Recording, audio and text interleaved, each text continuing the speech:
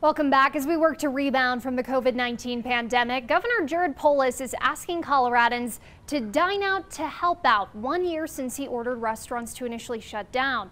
News 5's Mayo Davison joins us live with how one local restaurant has expanded during the pandemic. Mayo? Well, right now I'm at Vaquero's Mexican restaurant, and the co-owner tells me that it's been extremely busy the last couple of days, and he expects a packed house tonight for Dine Out to help out.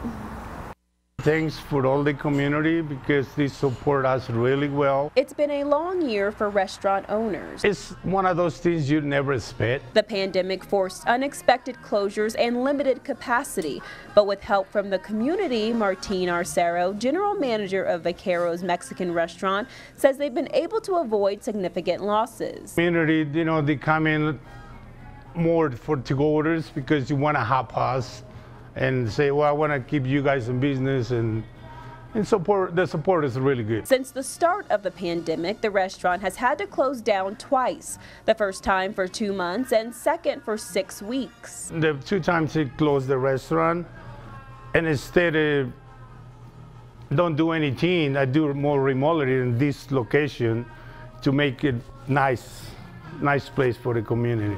He says they've also been able to expand to another location in Northgate, which used to be the CB and Potts, something a commercial realtor says is becoming a trend. I did represent a restaurant that actually moved into a former Village Inn space. So it was one of the original Village Inns. He says more local restaurants are moving into spaces once taken by national chains. Seeing that happen in commercial real estate is really rewarding for me, and to find the local family-owned businesses that have just figured out ways to make it work. Also pivoting to meet the needs of their customers during this time and allowing them to do more. Spend a little more and try to do good service for the community. The new location is set to open during the summer.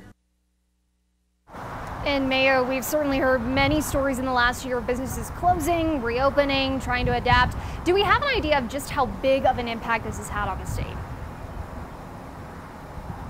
Well, I did talk to the Secretary of State earlier today, and while new businesses have filed over the last year, in terms of closures, they say it's going to take some time because while some businesses have closed for good, some have temporarily closed. So it's just going to take some time to get a clear picture of it all.